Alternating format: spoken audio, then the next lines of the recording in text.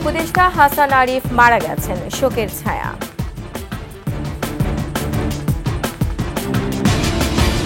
সব মেগা প্রকল্প থেকেই অর্থ হাতিয়ে নিয়েছে হাসিনা ও তার পরিবার, এনডিএম চেয়ারম্যানের ব্যক্তিগত অনুসন্ধান।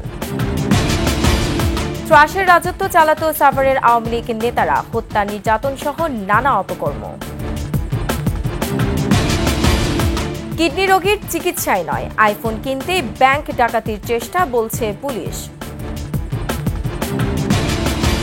এবং উত্তরায় আগুন লাগা ভবনটি ছিল ঝুঁকিপূর্ণ, অগ্নি নির্বাপনের ব্যবস্থা ছিল না।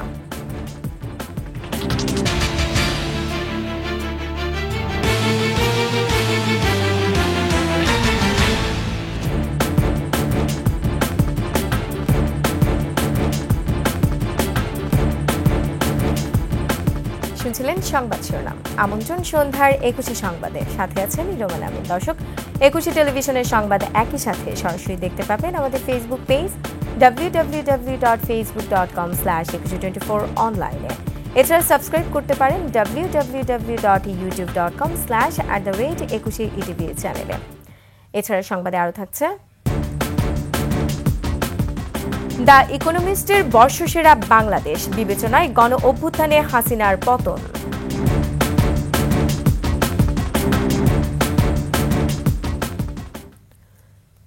অন্তর্বর্তী সরকারের বিমান ও পর্যটন এবং ভূমি উপদেষ্টা এএফ হাসান আরিফ মারা গেছেন।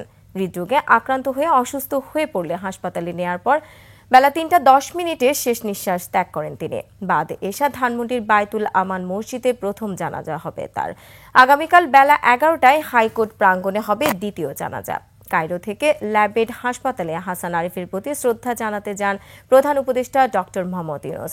শ্রদ্ধা জানান প্রধান বিচারপতি, উপদেষ্টা পরিষদের সদস্য, বিএনপি, জামাত সহ রাজনৈতিক নেতৃবৃন্দ।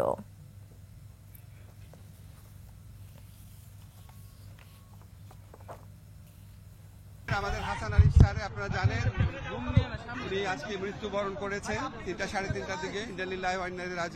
আইন অঙ্গনে এমন সজ্জন, বিদ্বান, ভদ্র, প্রাজ্ঞ একজন আইনজীবী খুঁজে পাওয়া আসলেই দুষ্কর। প্রত্যেকটা ডিবেটে খুবই পার্টিসিপেট করতেন, প্রত্যেক বিষয়ে ওনার সুচিন্তিত মতামত উনি দিতেন। উনি was a rock in the cabinet, আমি বলবো। আরিফ সাহেবের শূন্যতা, যেটা চলে যাওয়ার যে শূন্যতা ছিল, এটা সহজে পূরণ হবার নয় বলে আমি মনে করি।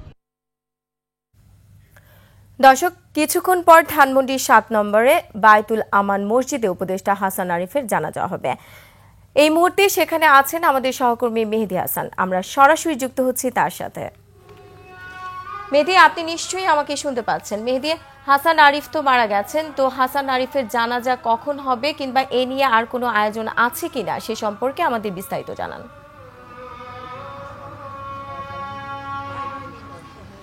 রোমানা, আমি এই মুহূর্তে দাঁড়িয়ে আছি ধানমন্ডি 7 নম্বর রোডের বায়তুল আমান মসজিদের ঠিক সামনে। এই মসজিদেই জানাজা হবে এএফ হাসান আরিফের।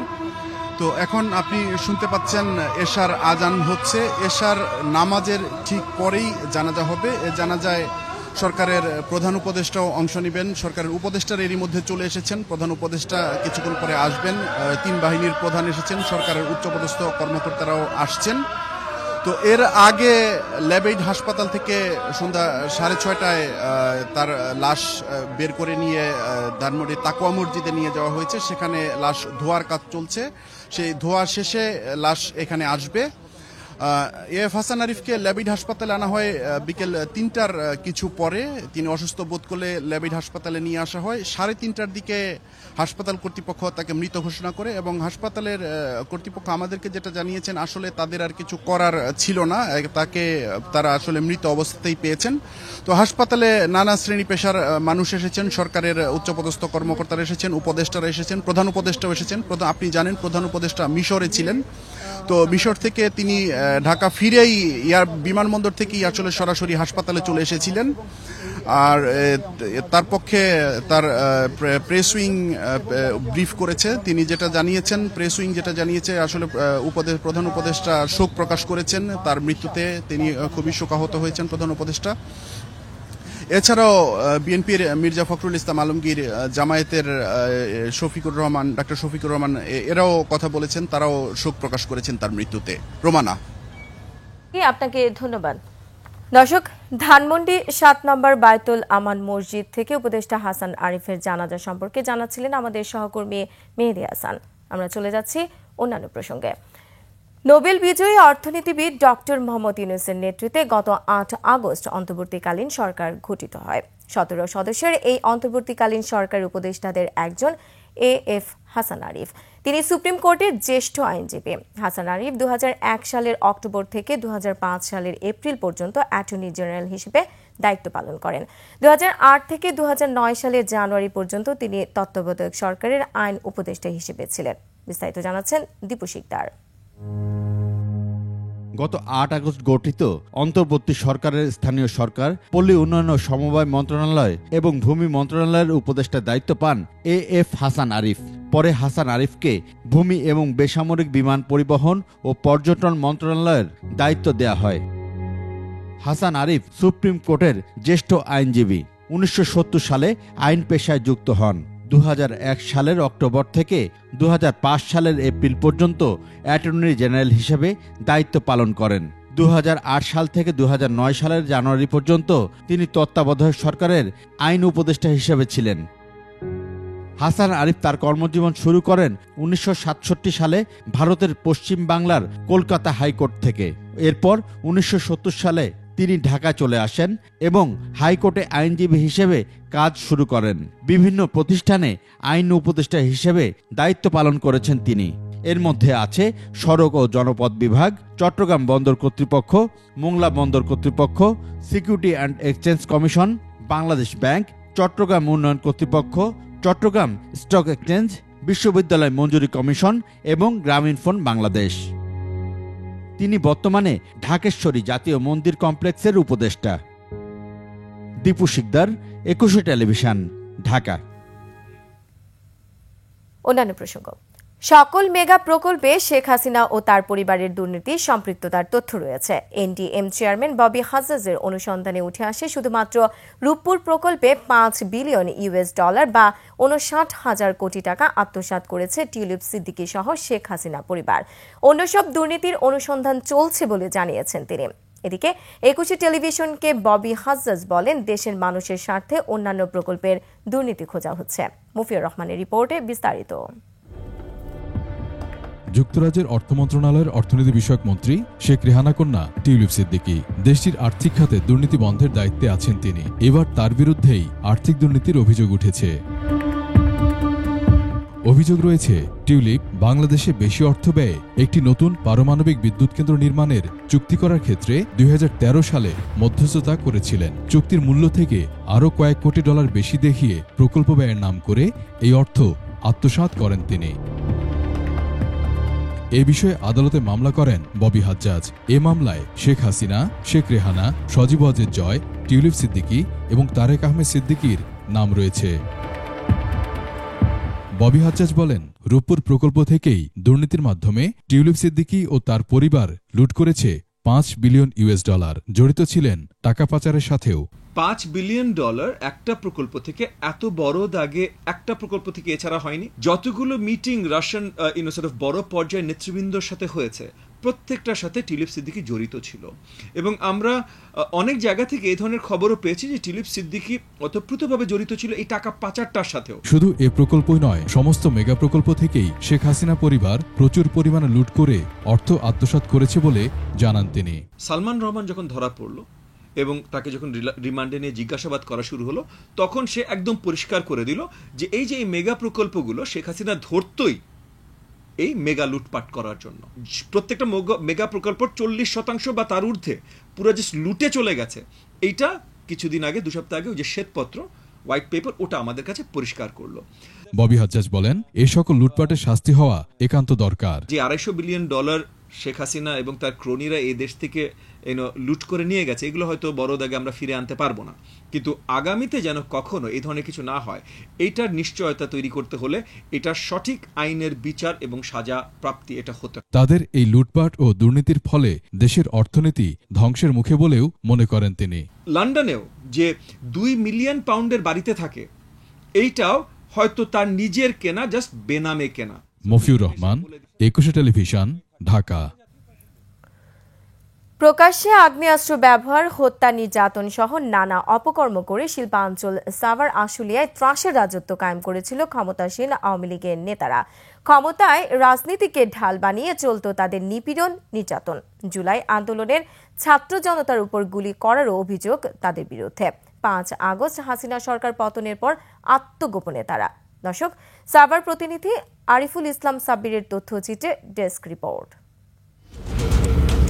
জুলাই আন্দোলনে ছাত্র জনতার উপর গুলি চালানো সহ এভাবেই হামলে পড়ত সাভার আওয়ামী লীগের সাধারণ সম্পাদক মঞ্জুরুল আলম রাজীব, ফখরুল আলম সমর, আশুলিয়া আওয়ামী লীগের সভাপতি সাইফুল ইসলাম, সাধারণ সম্পাদক ফারুক হাসান তুহিন, সাভার ছাত্রলীগ সভাপতি আতিক সহ আওয়ামী লীগ ও সহযোগী সংগঠনের নেতাকর্মীরা। টানা 15 বছর আওয়ামী শাসনামলে শিল্পাঞ্চল সাভার ও আশুলিয়ায় অপরাধের রাজত্ব প্রতিষ্ঠা করেছিলেন এই নেতাকর্মীরা। সড়কে শোডাউন করে প্রভাব জানান দিতেন তারা। নেপথ্যে তাদের পৃষ্ঠপোষকতা দিতেন তালুকদার তৌহিদ চং মুরাদ ও সাবেক প্রতিমন্ত্রী ডাক্তার এনামুর রহমান। তাদের জুলুম নির্যাতনের ভয়ে প্রতিবাদের সাহস ছিল না কারো। 5 আগস্টের পর প্রভাবশালী এসব আওয়ামী লীগ নেতাদের কেউ দেশেই গা ঢাকা দিয়েছেন, কেউ পালিয়েছেন ভারত সহ মধ্যপ্রাচ্যের কোনো দেশে। তাদের আইনের আওতায় আনার দাবি এলাকাবাসীর। আতিক বাহিনী এবং রাজীব বাহিনী প্রকাশ্যে গুলি করে বিগত সময়ে মানুষ হত্যা করে মেরেছে। আওয়ামী লীগের দলীয় লোকজন যে নির্যাতন চালিয়েছে, আমি তাদের বিচার দাবি করছি। যতদিন পর্যন্ত প্রশাসন এদেরকে অ্যারেস্ট না করবে, আমাদের সাভারবাসীর অন্তরে শান্তি আসবে না। অপরাধের সঙ্গে জড়িতদের দৃষ্টান্তমূলক শাস্তির দাবি জুলাই আন্দোলনের সংগঠক ও রাজনৈতিক নেতাদেরও। সাভার এবং আশুলিয়ায় বৈষম্যবিরোধী ছাত্র আন্দোলনের ব্যানারে আন্দোলনরত ছাত্র জনতার উপর যে ধ্বংসযজ্ঞ চালানো হয়, সেই হামলার নেতৃত্ব ছিল সাভার এবং আশুলিয়ার আওয়ামী লীগ, ছাত্রলীগ এবং যুবলীগের নেতাকর্মীরা। যারা এই ধরনের ন্যাক্কারজনক কাজ করেছে, গণহত্যা করেছে, ছাত্র শ্রমিক জনতাকে হত্যা করেছে, তাদের কোনো মাপ হবে না।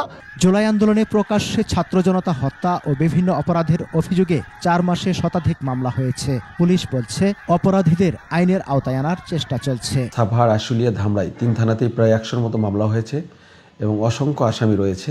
তাদের অনেককে আমরা গ্রেপ্তার করেছি এবং অনেককেই গ্রেপ্তারের চেষ্টা অব্যাহত রয়েছে।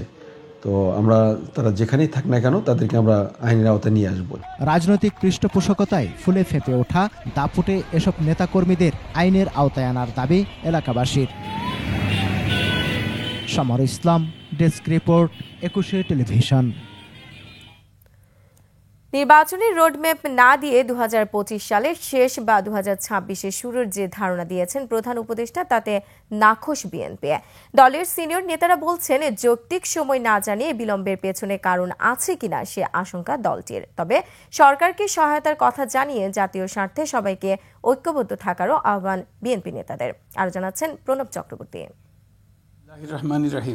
16 ডিসেম্বর জাতির উদ্দেশ্যে ভাষণে প্রধান উপদেষ্টা জানান 2025 সালের শেষে বা 2026 সালের প্রথমে নির্বাচন হবে দেশে। 2025 সালের শেষের দিকে নির্বাচন অনুষ্ঠান হয়তো সম্ভব হবে। পরদিন সংবাদ সম্মেলনে প্রধান উপদেষ্টার প্রেস সচিব শফিকুল আলম বলেন, ইলেকশন হচ্ছে 2026-এর জুনের 30 তারিখের মধ্যে। নির্বাচন নিয়ে সাংঘর্ষিক বক্তব্য এবং সুনির্দিষ্ট রোডম্যাপ না থাকায় হতাশ বিএনপি। কি কি জরুরি সংস্কার সাধনের মধ্য দিয়ে একটি যৌক্তিক সময়ের ভিতরে দিন তারিখ উল্লেখ করে, মাস উল্লেখ করে তিনি নির্বাচন অনুষ্ঠান করতে পারবেন, সেই বিষয়ে একটি রোডম্যাপ আমাদের প্রত্যাশা ছিল, জনগণের প্রত্যাশা ছিল। যেই সময়টা তিনি ধারণা দিয়েছেন, এটা আমরা মনে করি যৌক্তিক নয়। নির্বাচন বিলম্বিত করার সুযোগ নেই। বাংলাদেশের ভিতরে বাইরে যারা স্টেক হোল্ডার আছে তারা অপেক্ষা করছে কবে একটা নির্বাচিত সরকার আসবে যাদের সাথে তারা কাজ করবে।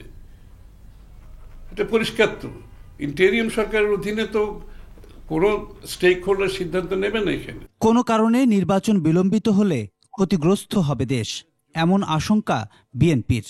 নির্বাচনের ব্যাপারে ঐক্যবদ্ধ থাকতে হবে, এখানে দ্বিমতের তো কিছু নাই। যত বেশি বিলম্বিত হবে তত বেশি রাষ্ট্র দৈনন্দিন রাষ্ট্র পরিচালনা আরো কঠিন হবে। যৌক্তিক সময়ের বাইরে বিলম্বিত করে নির্বাচন অনুষ্ঠানের যে কৌশল, সেই কৌশলের ভিতরে অন্য কিছু আছে কিনা সেটা আমাদের দেখতে হবে। পঞ্চদশ সংশোধনী আইনের ২০ ও ২১ ধারা বাতিল হওয়ায় অন্তর্বর্তী সরকারের উপরই আসতে পারে তত্ত্বাবধায়ক সরকারের দায়িত্ব। সেক্ষেত্রে তাদের নিরপেক্ষতা বজায় থাকবে বলে আশা বিএনপির। নিরপেক্ষতা নিয়ে যদি কোনো প্রশ্ন না উঠে তাহলে তারা তত্ত্বাবধায়ক সরকারের দায়িত্ব নিলে কেউ আপত্তি করবে না। প্রণব চক্রবর্তী, ২১শে টেলিভিশন, ঢাকা। অন্তর্বর্তী সরকারকে মেপে চলতে হবে, ভুল হলে দেশের স্বাধীনতার সার্বভৌমত্ব বিপন্ন হবে বলে মন্তব্য করেছে বিএনপির নেতারা। তারা বলেছেন, জাতীয়তাবাদী শক্তিকে নির্মূলের ষড়যন্ত্র চলছে, সেজন্য দলের কর্মীদের সতর্ক থাকতে হবে। বিস্তারিত মাহিলা ইসলামের রিপোর্টে। উপস্থিত রয়েছেন জুলাই আগস্টে আন্দোলনের শহীদ পরিবারদের নিয়ে আমরা বিএনপি পরিবারের আয়োজন। এই সংগঠনটির করণীয় অন্তর্বর্তী সরকার নির্বাচনী রোডম্যাপ ঘোষণা করলেও তা সাধারণ মানুষের কাছে স্পষ্ট নয় বলে মন্তব্য করেছেন দলের সিনিয়র যুগ্ম মহাসচিব। অন্তর্বর্তীকালীন সরকারকেও অত্যন্ত মেপে মেপে পা ফেলতে হবে। যদি ভুল হয় তাহলে কিন্তু ইতিহাস যেমন দেশের ভেতর থেকে ক্ষমা করবে না, বাইরের শত্রুরাও কিন্তু আমাদের কাউকেও ক্ষমা করবে না। জাতীয় প্রেস ক্লাবে চালক কমিটির অন্য একটি আলোচনা সভায় ষড়যন্ত্র চলছে অভিযোগ করে নেতাকর্মীদের সজাগ থাকার আহ্বান জানানো হয়। সংস্কারের নামে নির্বাচন বিলম্ব করে ক্ষমতা হস্তান্তর কাজে সময়ক্ষেপণ করলে জনগণ তা মানবে না বলেন এই নেতা। সরকারকে অনুরোধ করব, ওদের কথা কান না দিয়ে দেশের মানুষের কথা চিন্তা করেন। আগামী মার্চ মাসের 1 তারিখে রোজা আসতেছে, এই রোজায় যেন আওয়ামী লীগের প্রেতাত্মারা আবার সিন্ডিকেট তৈরি করতে না পারে। মানুষের প্রতি খেয়াল রাখেন। আর একটা নির্বাচন যত সম্ভব তারিখটা ঘোষণা করে দেন, তাহলে মানুষের মনে স্বস্তি আসবে। অন্যদিকে কৃষক থেকে সরাসরি ভোক্তা পর্যায়ে ন্যায্য মূল্যে নিত্যপণ্য বিক্রির দোকান উদ্বোধন করে বিএনপি নেতা আব্দুস সালাম। বলেন, বাজার কারসাজির সাথে জড়িতদের ধরতে কার্যকর উদ্যোগ নিচ্ছে না সরকার। দুর্নীতিবাদ ব্যবসায়ী সিন্ডিকেটদেরকে একবারে ধরা যাবে না, তাহলে ব্যবসাটা কি নষ্ট হয়ে যাবে। চোরে ডাকাতরা ধরলে কখনো কি নষ্ট হয় নাকি? নষ্ট হয় না, বরঞ্চ ডাকাতরা পালায়, চোররা পালায়। প্রতিবেশী দেশ নিয়ে যে ষড়যন্ত্র করছে তা ঠেকাতে নির্বাচনের রোডম্যাপ জরুরি বলেও মন্তব্য করেন তিনি। এই দেশের মানুষ হাসিনার আওয়ামী লীগকে কখনো ক্ষমতা আসতে দেবে না। মাহিলা ইসলাম, ২১শে টেলিভিশন, ঢাকা। 1947 সালে ও 1971 সালে 2 দফায় যারাই স্বাধীনতার সময় ক্ষমতায় এসেছিল তারাই জমিদার হয়ে বসেছিল বলে মন্তব্য করেছেন বাংলাদেশের জামায়াত ইসলামের আমির ডাক্তার শফিকুর রহমান। কেরানীগঞ্জে ঢাকা জেলা জামায়াত ইসলামের কর্মী সম্মেলনে তিনি বলেন, আওয়ামী লীগ মানুষকে গুম খুন করে আয়নাঘর তৈরি করেছে, দেশকে শ্মশান বা গোরস্থানে পরিণত করেছে। তারাই এখন জীবন্ত থাকা অবস্থায় কবরের স্বাদ পাচ্ছে বলেন জামায়াতের এই নেতা। নির্বাচন প্রসঙ্গে তিনি আরো বলেন, জাতীয় স্বার্থে জামায়াতে 17.5 বছর ধৈর্য আছে, প্রয়োজনে আরো ধৈর্য ধারণ করবে। 2 দফা স্বাধীনতার সময় যাদের নেতৃত্বে দেশ স্বাধীন হয়েছিল তারা জনগণকে ধোঁকা দিয়েছে। তারা জনগণের সাথে দেওয়া একটা কথাও রক্ষা করে নাই। তারা জনগণের সেবক হওয়ার কথা বলে জনগণের মালিক এবং জমিদার হয়ে বসেছিল। বিশেষ করে এই 17.5 বছর, 2 বছরের ধারাবাহিকতায় পরবর্তী 15.5 বছর যারা দেশকে শোষণ করেছে, নির্যাতন করেছে, মানুষের উপর জুলুম করেছে, সম্পদ লুণ্ঠন করেছে। আইফোন কিনতেই ব্যাংক ডাকাতির চেষ্টা করেছিল 3 জন। এর জন্য টানা 1 মাস ব্যাংক ও তার আশপাশ পর্যবেক্ষণ করে। পরিকল্পনা মতো ব্যাংকে ঢুকেই ভেঙে ফেলে সিসিটিভি ক্যামেরা, গায়েব করে দেওয়া হয় হার্ড ডিস্কও। তবে ঘটনার দিন পুলিশ বলেছিল মরণাপন্ন এক কিডনি রোগীর চিকিৎসার জন্য ব্যাংক ডাকাতির পরিকল্পনা এটি ছিল তারা। বাকিটা থাকছে দীপু শিকদারের রিপোর্টে।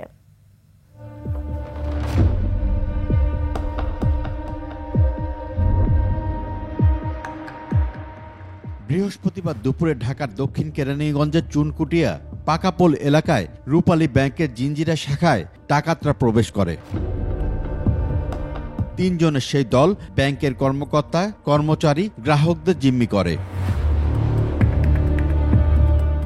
পরে সন্ধ্যায় নিরাপত্তা বাহিনীর কাছে আত্মসমর্পণের পর জানা যায় তাদের কাছে ছিল খেলনা পিস্তল, ছুরি ও ড্রিল মেশিন। Emergency operation. ওই দিন ব্রিফিংয়ে পুলিশ জানিয়েছিল মরণাপন্ন এক কিডনি রোগীর চিকিৎসার জন্য তারা ব্যাংক লুটের চেষ্টা করে। মৃত্যুশয্যায় একটা রোগীকে, কিডনি পেশেন্টকে বাঁচানোর জন্য তাদের টাকা দরকার, এই টাকাটা তারা দিতে চায় সেখানে। তবে শুক্রবার সেই বক্তব্য থেকে সরে আসলো পুলিশ। এখন বলছে আইফোন কিনতেই ব্যাংক লুটের চেষ্টা। তাদের আইফোন কিনতে হবে, এই কারণে বেসিক্যালি টাকার প্রয়োজনে তারা পরিকল্পনা করে এই ডাকাতি দস্যুতার সংগঠনটা ঘটেছে। আনুমানিক 1 মাস পূর্ব থেকে তারা প্ল্যান করছে যে এই ধরনের একটা ঘটনা ঘটাবে। ব্যাংকের ভেতর সিসিটিভির ফুটেজ নিয়েও তৈরি হয়েছে ধোঁয়াশা। না, এখনো সিসিটিভি ফুটেজটা পাই নাই।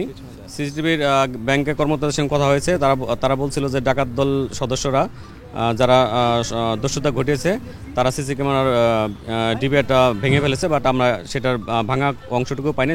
এদিকে ওই ঘটনায় এখনো এলাকায় চাপা আতঙ্কে রয়েছে মানুষ। যে তার কাছে পিস্তল, তো আমি তার পিস্তলটা দেখে বুঝতে পারছি এটা খেলনা পিস্তল। আমি আমার কিছু এলাকাবাসীর লোকজন নিয়ে ব্যাংকে যাই, ব্যাংকের থেকে গেট লাগা তালা মেরে দিই। স্থানীয়রা বলছেন জিম্মিদের উদ্ধারে এগিয়ে গেলে তাদের গুলি করার হুমকি দেয় ডাকাতরা।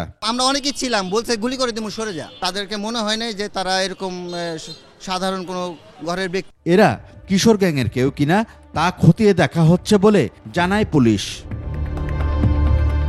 দীপু শিকদার, 21 টেলিভিশন, ঢাকা।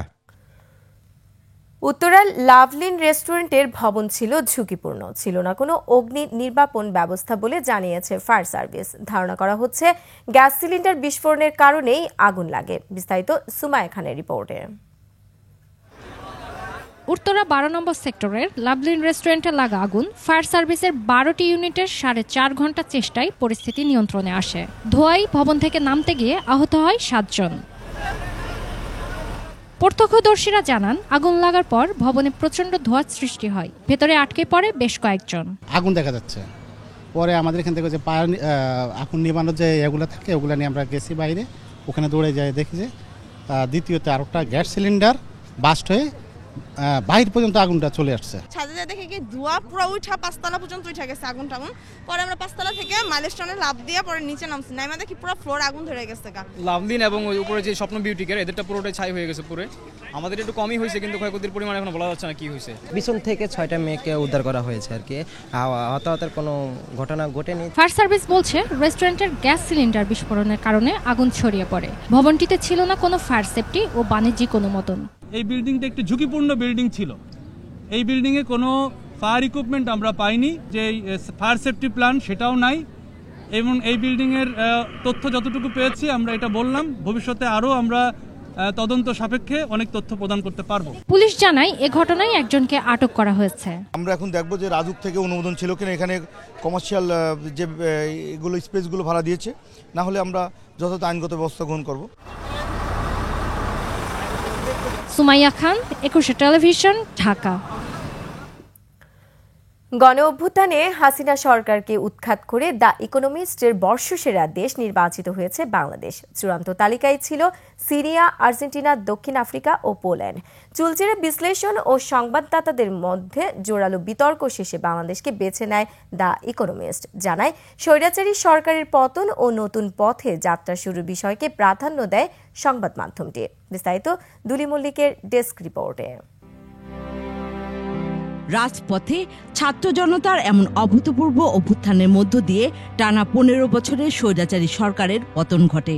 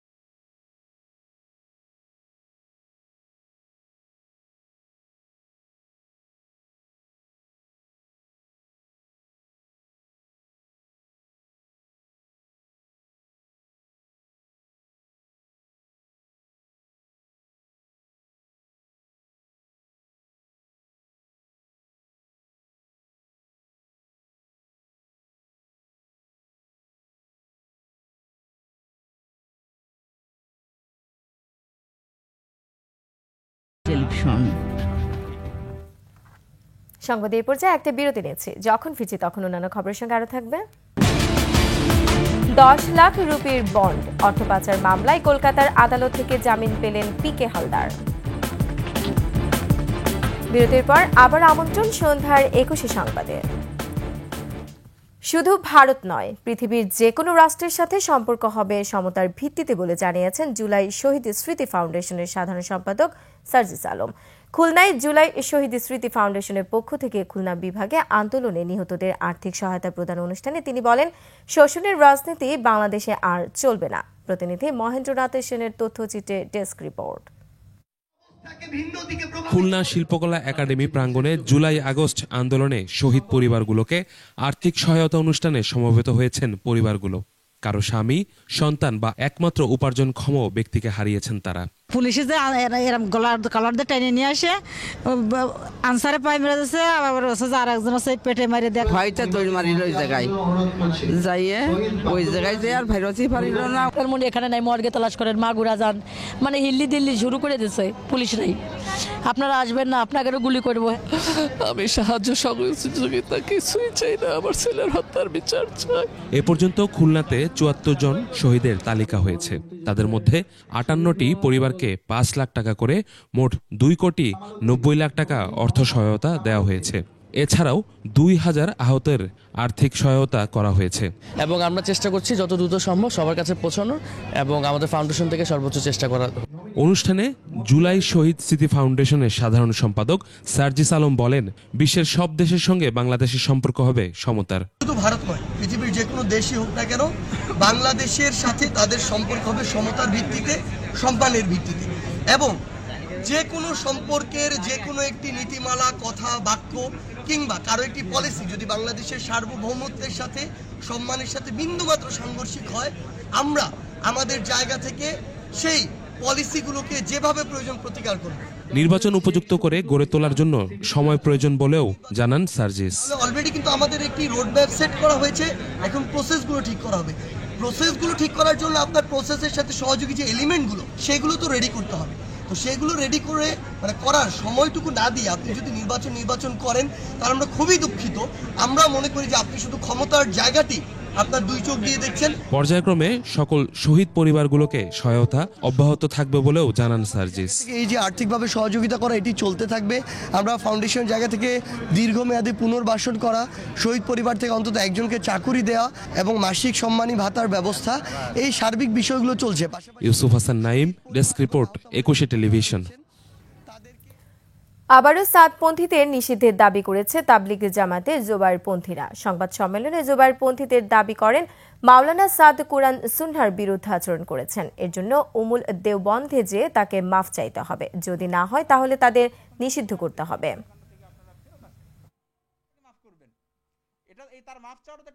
মাওলানা সাদ সাহেবকে এই কথা বলুক যে আপনি দারুল দেওবন্দে যান, নবীদের দোষ, সাহাবীদের দোষ আপনার বয়ানের ভিতরে উল্লেখ করেছেন এবং কোরআন সুন্নাহ বিরোধী বক্তব্য আপনি দিয়ে গেছেন। এর জন্য দারুল দেওবন্দে আপনি যে মাফ চান, তাদেরকে বয়কট করা হোক, তাদেরকে নিষিদ্ধ করা হোক, যাতে এই সমস্যার আর কোনো অস্তিত্বই না থাকে। বাংলাদেশ থেকে বিপুল অর্থ পাচারে অভিযুক্ত পিকে হালদার সহ 3 জনকে জামিন দিয়েছেন কলকাতার একটি আদালত। পশ্চিমবঙ্গের নগর দায়রা আদালত তাদের জামিন মঞ্জুর করেন। পিকে হালদারের সঙ্গে জামিন পেয়েছেন স্বপন কুমার মিস্ত্রি ও উত্তম কুমার মিস্ত্রি। প্রত্যেককে 10 লাখ রুপির বিনিময়ে জামিন মঞ্জুর করেন আদালত। একই সঙ্গে শর্ত দেওয়া হয়েছে, মামলা চলাকালীন তাদের আদালতে হাজিরা দিতে হবে। এ সময়ের মধ্যে রাজ্য বা দেশ ত্যাগ করা যাবে না। 2022 সালের 14 মে উত্তর 24 পরগনার থেকে পিকে হালদারকে গ্রেফতার করে ভারতের এনফোর্সমেন্ট ডিরেক্টরেট পিকে হালদার ও তার 5 সহযোগীর বিরুদ্ধে অর্থ পাচার এবং দুর্নীতির মামলা করে ইডি।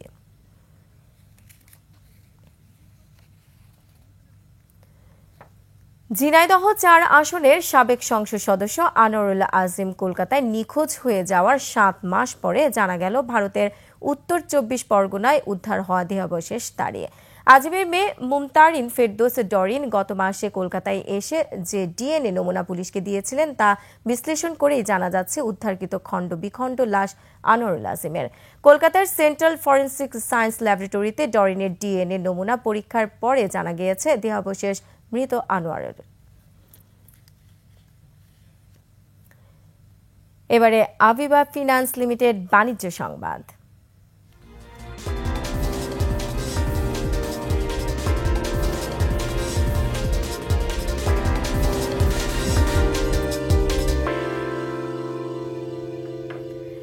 কিছুটা স্বস্তি ফিরছে সবজির বাজারে, তবে চাল ও মুরগির দাম বেড়েছে। সয়াবিন তেলের দাম বাড়লেও স্বাভাবিক হয়নি সরবরাহ। বাজার ঘুরে এসে বিস্তারিত জানাচ্ছেন নাহিদ সিরাজি নিম্মে। মোহাম্মদপুর টাউন হল কাঁচা বাজার সজ্জিত রকমারি সবজিতে। ছুটির দিন হওয়ায় কেনাকাটায় ব্যস্ত ক্রেতারা।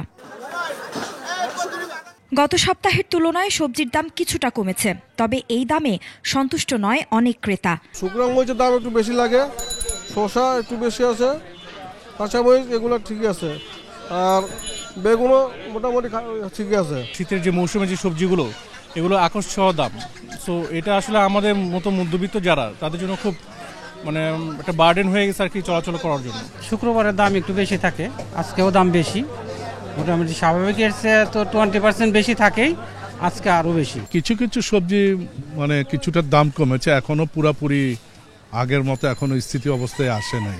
বিক্রেতারা বলছেন সরবরাহ বাড়ায় দাম কমছে। যা মোটামুটি আমদানি আছে, ক্রেতার অতটা আমদানি নাই, টোটালি নাই, বেচা কিনা খুবই খারাপ। দাম একটু এটা কম আছে, এটা একটু বেশি, এরকম আমদানি কম আর কি। বিপরীতে হুট করেই 50 থেকে 60 টাকা বেড়েছে সোনালী মুরগির দাম। বিক্রেতারা বলছেন চাহিদার তুলনায় সরবরাহ কম। তবে আমদানি এলে আরো কমবো, আমদানি না কম হলে আরো বাড়বো। আমরা তো রাত্রে আড়ত থেকে মুরগি আনছি, আড়ত থেকে মুরগি আনার পর রেট পড়ছে না এটা। গত সপ্তাহে সোনালী মুরগি বিক্রি হয়েছে কেজি প্রতি 270 থেকে 290 টাকায়, এখন 340 থেকে 350 টাকা। মাছের বাজারে বেড়েছে ইলিশের দাম, বড় ইলিশ বিক্রি হচ্ছে 3350 টাকা পর্যন্ত। নতুন আলু গত সপ্তাহে ছিল 70 টাকা, এখন বিক্রি হচ্ছে 80 থেকে 120 টাকায়। মিনিকেট চালে কেজি প্রতি বেড়েছে 5 টাকা। এদিকে সয়াবিন তেলের দাম অপরিবর্তিত রয়েছে, লিটার প্রতি বিক্রি হচ্ছে 175 টাকাতেই। নাহিদ সিরাজি নিম্মি, 21 টেলিভিশন, ঢাকা। আবার নিচ্ছি সংবাদ বিরতি, যখন ফিরছি তখন অন্যান্য খবরের সঙ্গে আরো থাকবে। টি-20তে মধুর প্রতিশোধ বাংলাদেশের, হোয়াইট ওয়াশ ওয়েস্ট ইন্ডিজ। বিরতির পর আবার আমন্ত্রণ সন্ধ্যার 21 সংবাদে। বন্ধ হওয়ার এক যুগেরও বেশি সময় পর বাজারে আসছে দৈনিক আমার দেশ পত্রিকা। রোববার থেকে পত্রিকাটি বাজারে পাওয়া যাবে বলে জানিয়েছেন সম্পাদক ও প্রকাশক মাহমুদুর রহমান। জাতীয় প্রেস ক্লাবে আমার দেশ পত্রিকার নবযাত্রা উপলক্ষে সংবাদ সম্মেলনে তিনি জানান, এটা নতুন যাত্রা। 2010 সালে আওয়ামী লীগ সরকারের আমলে 10 দিনের জন্য আমার দেশ পত্রিকাটি বন্ধ করে দেওয়া হয়। এরপর 2013 সালের এপ্রিলে মাহমুদুর রহমানকে গ্রেফতার এবং আমার দেশ পত্রিকার প্রিন্ট সংস্করণ বন্ধ করে দেওয়া হয়।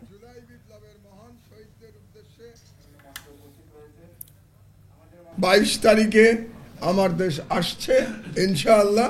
তো আগামী 2 দিনের মধ্যে আপনারা আমার দেশ পেয়ে যাচ্ছেন। আমরা প্রস্তুত, আমাদের ছাপার কাজ শুরু হয়ে গেছে। আমাদের যে সাপ্লিমেন্ট যেটা বেরোবে সেগুলো অলরেডি ছাপা হচ্ছে, আপনাদেরকে জানিয়ে রাখলাম। এবং সেখানে আপনারা প্রথম 4 দিন যে ছাপা হবে, যে পত্রিকা আমাদের হবে, এই 4 দিন একটা কালেকশন আইটেম হবে। আর এরই সাথে শেষ করছি সন্ধ্যার 21 সংবাদ। যাবার আগে সংবাদ শিরোনামগুলো আরও একবার। উপদেষ্টা হাসান আরিফ মারা গেছেন, শোকের ছায়া। সব মেগা প্রকল্প থেকে অর্থ হাতিয়ে নিয়েছে হাসিনা ও তার পরিবার, এনডিএম চেয়ারম্যানের ব্যক্তিগত অনুসন্ধান। ট্রাসের রাজত্ব চালাতো সাভারের আওয়ামী লীগের নেতারা, হত্যা, নির্যাতন সহ নানা অপকর্ম। কিডনি রোগীর চিকিৎসায় নয়, আইফোন কিনতে ব্যাংক ডাকাতির চেষ্টা, বলছে পুলিশ। এবং উত্তরায় আগুন লাগা ভবনটি ছিল ঝুঁকিপূর্ণ, অগ্নি নির্বাপনের ব্যবস্থা ছিল না।